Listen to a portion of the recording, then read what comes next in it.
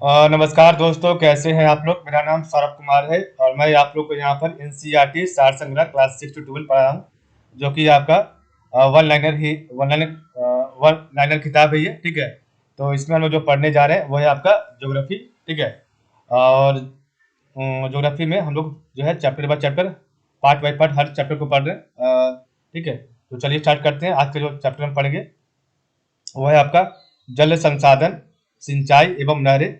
तो जल संसाधन, सिंचाई एवं नहरें, water resources, irrigation and canals. ठीक है, तो जल संसाधन, सिंचाई एवं नहरें, water resources, irrigation and canals के बारे में पढ़ेंगे। तो भारत में जल संसाधन के स्रोत क्या है।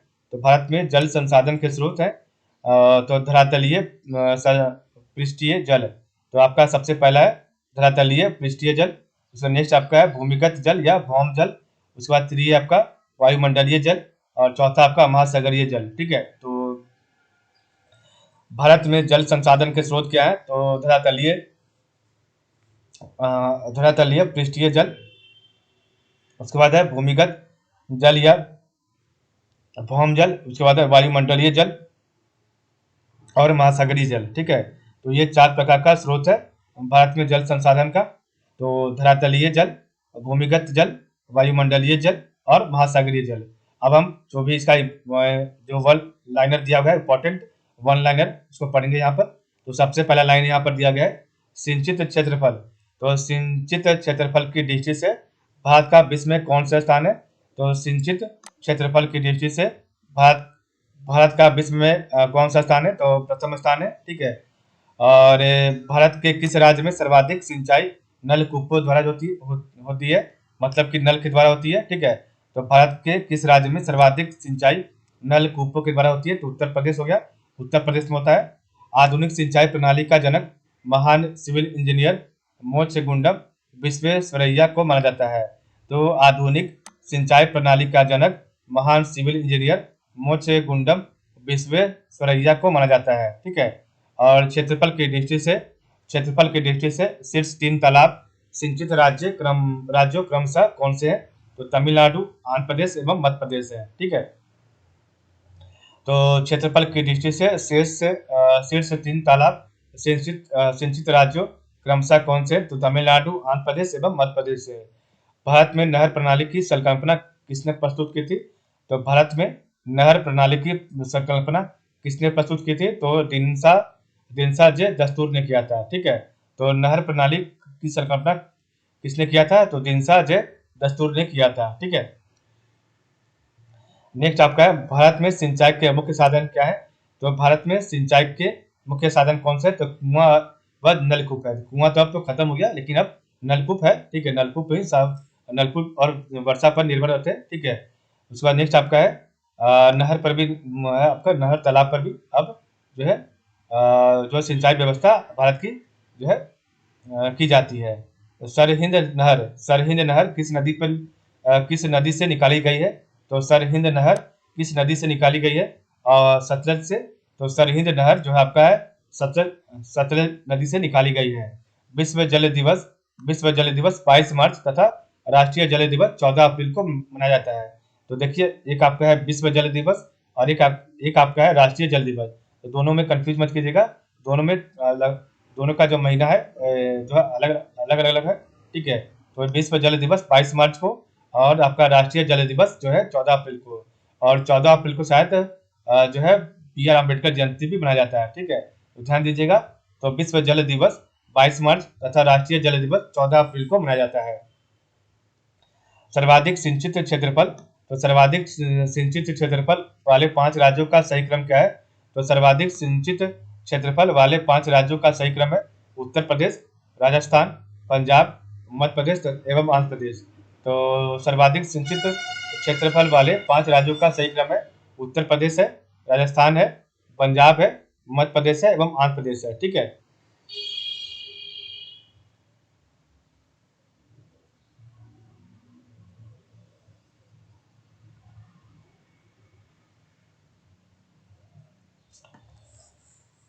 तो आपका जो उत्तर प्रदेश है। ठीक है, कौन सा था। उत्तर प्रदेश, राजस्थान, पंजाब, मध्य प्रदेश, आंध्र प्रदेश। तो 4 राज्य आपके नॉर्थ साइड में है और एक राज्य साउथ में है, ठीक है। और नेक्स्ट आपका हरियाली। हरियाली योजना किससे संबंधित है? तो हरियाली योजना आपका जल संभर के विकास से जो है संबंधित है। तो हरियाली योजना जो है आपका जल संभर के विकास से संबंधित है। अब यहाँ पर कुछ आपका दिया हुआ है, जल संभर विकास के लाभ क्या क्या है, इसको पढ़ेंगे यहाँ पर। तो जल संभर के विकास के लाभ में पहला है पीने और सिंचाई के लिए जल की आपूर्ति। तो हरियाली योजना जो आपका है ये आपका जल संभर विकास के लाभ के लिए, और इसका पहला जो लाभ है तो पीने और सिंचाई के लिए जल की आपूर्ति। दूसरा है जैव विविधता में वृद्धि। तीसरा है जल भराव में कमी और मृदा की लवणता का ह्रास। चौथा है कृषि उत्पादन और उत्पादकता में वृद्धि। पांचवा है वनों के टकराव में कमी। छठा है जीवन स्तर में सुधार। और आपका जो है सातवां पॉइंट है रोजगार में वृद्धि। तो जल संभर विकास के लाभ में क्या है? तो पीने और सिंचाई के लिए जल की आपूर्ति, जैव विविधता में वृद्धि, जल भराव में कमी और मृदा की लवणता का ह्रास, ठीक है। कृषि उत्पादन और उत्पादकता में वृद्धि, वनों के कटाव में कमी, जीवन स्तर में सुधार और रोजगार में वृद्धि। तो ये आपका हरियाली योजना के जल संभर विकास के लाभ हैं, ठीक है। नेक्स्ट पॉइंट आपका इधर है, इंदिरा गांधी नहर का निर्माण किस वर्ष प्रारंभ हुआ था? तो इंदिरा गांधी नहर का निर्माण जो है आपका वर्ष 1958 में प्रारंभ हुआ था। तो इंदिरा गांधी नहर का निर्माण वर्ष 1958 में प्रारंभ हुआ था। नेक्स्ट आपका फरक्का नहर। तो फरक्का कनाल की जल वहन क्षमता कितनी है? तो फरक्का कनाल की जल वहन क्षमता कितनी है? तो 40,000 क्यूसेक है। तो फरक्का कनाल की जल वहन क्षमता 40,000 क्यूसेक है। विश्व की सबसे पुरानी व विकसित नहर व्यवस्था भारत में गंगा नहर है, ठीक है। गंग नहर या फिर गंगा नहर है। तो विश्व की सबसे पुरानी व विकसित नहर व्यवस्था भारत में गंग नहर या गंगा नहर है, ठीक है। गंग नहर का निर्माण किस वर्ष हुआ था? तो आपका वर्ष 1927 में हुआ था। तो गंग नहर का निर्माण किस वर्ष हुआ था? तो वर्ष 1927 में हुआ था। सारण सिंचाई नहर किस नदी से निकाली गई है? तो सारण सिंचाई नहर आपका गंडक नदी से निकाली गई है, ठीक है। तो ये आपका कुछ इंपॉर्टेंट यहाँ पर पॉइंट था। अब हम पढ़ेंगे भारत की सिंचाई परियोजनाओं के प्रकार। तो भारत की सिंचाई परियोजनाओं के प्रकार कैसे? पहला आपका लघु सिंचाई परियोजनाएं, दूसरा आपका मध्यम सिंचाई परियोजनाएं और तीसरा आपका बृहद सिंचाई परियोजनाएं, ठीक है। तो तीन आपका लघु सिंचाई तीन आपका सिंचाई परियोजना है। तो सबसे पहला लघु सिंचाई परियोजनाएं। तो इसमें पढ़ते इसमें क्या है? तो इस सिंचाई परियोजना के अंतर्गत 2000 हेक्टेयर से कम क्षेत्र की सिंचाई होती है। तो लघु सिंचाई परियोजना के तहत जो है आपका ये 2000 हेक्टेयर से कम क्षेत्र की सिंचाई होती है। इसके अंतर्गत कुआं, नलकूप, डीजल पंप सेट, तालाब, ड्रिप सिंचाई, स्प्रिंकलर आदि शामिल किए जाते हैं, ठीक है। तो अब भारत की लगभग 65% सिंचाई आवश्यकताओं की पूर्ति लघु सिंचाई परियोजनाओं से होती है। और देश में लघु सिंचाई के बढ़ते महत्व को देखते हुए वर्ष 2006 से संचालित लघु सिंचाई योजना को वर्ष 2010 में राष्ट्रीय लघु सूक्ष्म सिंचाई मिशन के रूप में परिवर्तित कर दिया गया था, ठीक है। तो लघु सिंचाई परियोजनाएं क्या है? तो इस सिंचाई परियोजना के अंतर्गत 2000 हेक्टेयर से कम क्षेत्र की सिंचाई होती है और इसके अंतर्गत कुएं, नलकूप, डीजल पंप सेट, तालाब, ड्रिप सिंचाई, स्प्रिंकलर आदि शामिल किए जाते हैं। और भारत की लगभग 62% सिंचाई आवश्यकताओं की पूर्ति लघु सिंचाई परियोजनाओं से होती है। और देश में लघु सिंचाई के बढ़ते महत्व को देखते हुए वर्ष 2006 से संचालित लघु सिंचाई योजना को वर्ष 2010 में राष्ट्रीय लघु सूक्ष्म सिंचाई मिशन के रूप में परिवर्तित कर दिया गया है। उसके बाद नेक्स्ट आपका मध्यम सिंचाई परियोजनाएं। तो मध्यम सिंचाई परियोजनाएं क्या है? तो इस सिंचाई परियोजना के अंतर्गत 2000 से 10,000 हेक्टेयर तक क्षेत्र की सिंचाई होती है और इनमें नहरी सिंचाई प्रमुख है क्योंकि छोटी नहरों को इसी वर्ग में रखा जाता है। तो मध्यम सिंचाई परियोजनाएं क्या है? तो इस सिंचाई परियोजना के अंतर्गत 2000 से 10,000 हेक्टेयर तक क्षेत्र की सिंचाई होती है और इनमें नहरी सिंचाई प्रमुख है क्योंकि छोटी नहरों को इसी वर्ग में रखा जाता है। और उसके बाद नेक्स्ट आपका है वृहद सिंचाई परियोजनाएं।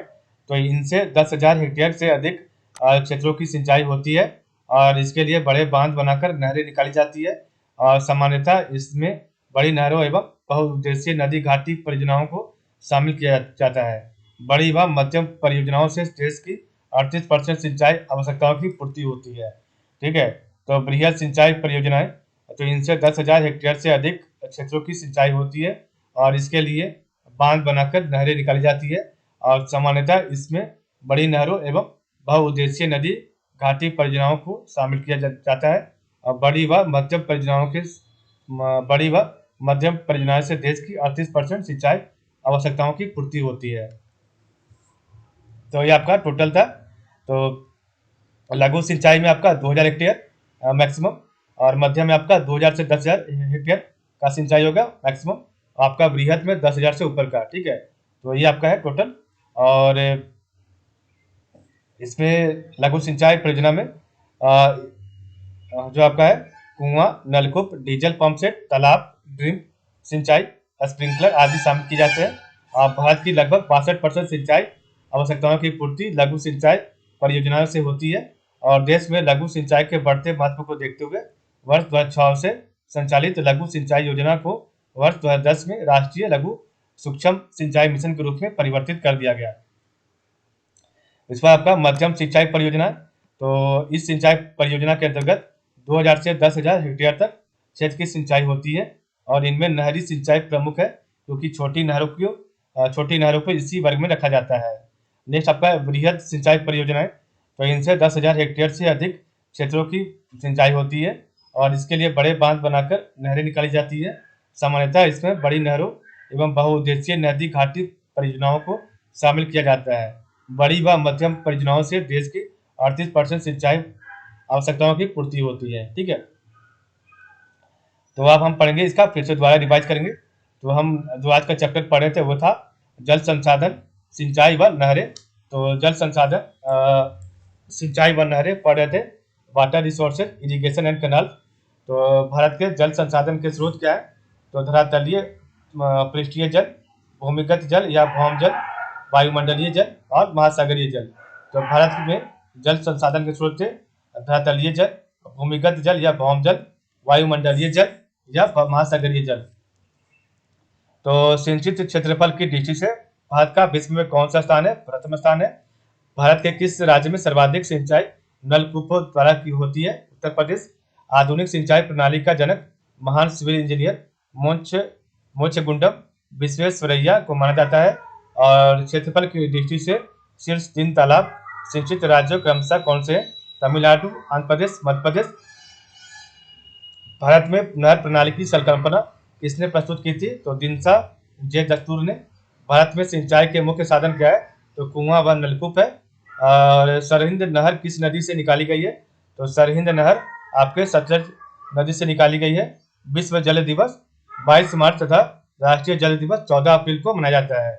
सर्वाधिक सिंचित क्षेत्रफल, तो सर्वाधिक सिंचित क्षेत्रफल वाले 5 राज्यों का सही क्रम क्या है? उत्तर प्रदेश, राजस्थान, पंजाब, मध्य प्रदेश एवं आंध्र प्रदेश। हरियाली योजना किससे संबंधित है? तो हरियाली योजना जल संवर्ग के विकास से जो है संबंधित है।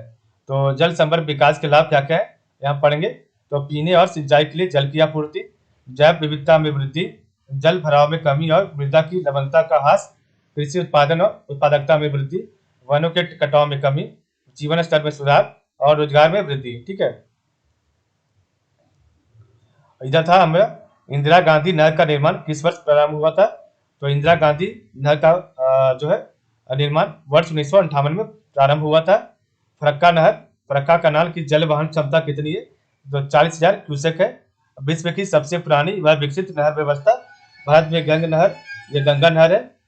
गंगा नहर का निर्माण किस वर्ष हुआ था? तो आपका वर्ष 1927 में हुआ था।